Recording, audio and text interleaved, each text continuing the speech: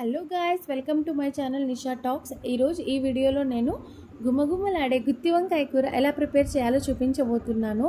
ఇంకా ఇది రైస్లోకైనా, రోటీలోకైనా, బిర్యానీలోకైనా సూపర్గా ఉంటుంది.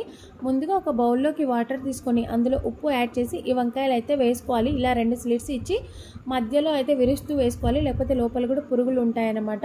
ఇలా ఉప్పు నీళ్ళలో వేయడం వలన వంకాయలు రంగు మారకుండా, టేస్ట్ మారకుండా ఉంటాయి.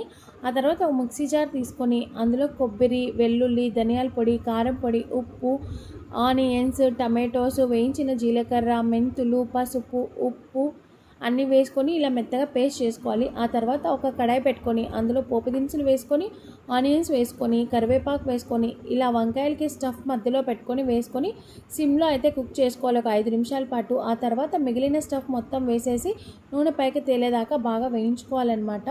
నూనె పైకి తేలిన తర్వాత అందులో వాటర్ వేసుకొని ఒక 10 మినిట్స్ పాటు సిమ్లో కుక్ చేసుకోవాలి. ఆ తర్వాత కొత్తిమీరతో గార్నిష్ చేయాలి. అంతేనండి, ఎంతో టేస్టీగా ఉండే గుత్తి వంకాయ కూర రెడీ అయిపోయిందంటే. ఇంకా మీ ఇంట్లో పిల్లలు కానీ పెద్దలు కానీ ఒకసారి ఇలాగే చేసి పెట్టండి, చాలా ఇష్టంగా తింటారు. మా ఇంట్లో అయితే అందరూ చాలా ఇష్టంగా తినే కూర ఏదంటే గుత్తి వంకాయ కూరే అండి. ఇంకా నా వీడియో కనుక నచ్చినట్లయితే ఒక చిన్న లైక్ ఇచ్చి ఛానల్ని సబ్స్క్రైబ్ చేసుకోండి. మీరు ఇచ్చే చిన్న లైక్ నాకు ఎంతో సపోర్టింగ్గా ఉంటుంది. ఉంటాను మరి, బాయ్.